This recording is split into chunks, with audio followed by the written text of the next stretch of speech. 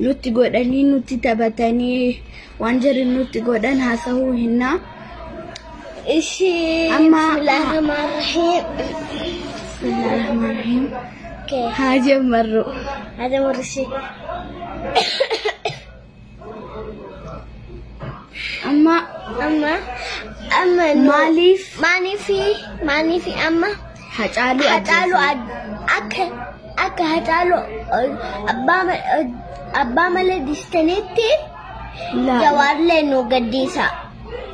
Akka ijoollee Hacalu abbaa malee distanitti Oromollee abbaa isaa Jawaarlee nu gaddisa mana hi'aa. Maaliifi amma yoo Oromoon mucaan Jawaar yaa'anii isa wajjin abbaa wajjin hin taa'in ammallee hakkamuu danda'u. Abiyyittuu amma tahakkama Oromoo fi Amaaraatti illee. Kanaafiyyuu nu gadhiisa Jawaariin.